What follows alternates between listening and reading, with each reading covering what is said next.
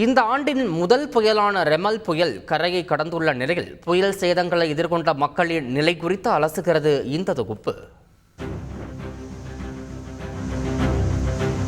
மத்திய கிழக்கு வங்கக்கடலில் உருவாகி கிழக்கு திசை நோக்கி நகர்ந்து மேற்கு வங்கம் மற்றும் வங்கதேசத்திற்கு இடையே கரையை கடந்திருக்கிறது இந்த ஆண்டின் முதல் புயலான ரீமால்.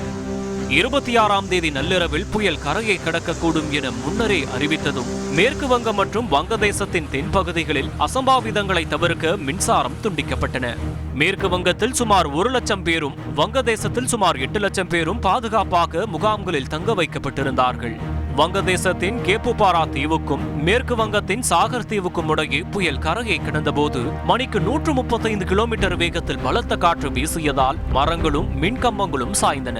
சில இடங்களில் குடிசையின் மேற்கூரைகள் காற்றில் பறந்து சென்றதையும் பார்க்க முடிந்தது. புயலின் தாக்கத்தால் மேற்கு வங்கம் மற்றும் வங்கதேசத்தில் கனமழை பெய்து பல பகுதிகளில் வெள்ளம் பெருக்கெடுத்து ஓடுகின்றன.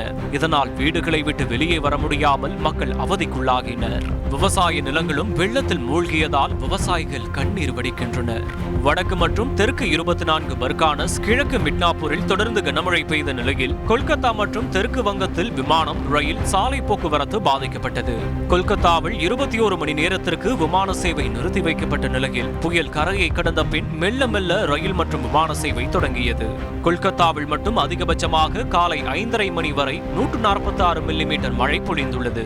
இந்த புயலால் வங்கதேசம் மற்றும் மேற்கு வங்கத்தின் கடலோர பகுதிகள் மட்டுமின்றி திரிபுரா உள்ளிட்ட வடகிழக்கு மாநிலங்களின் சில பகுதிகளும் பாதிக்கப்பட்டிருப்பது குறிப்பிடத்தக்கது.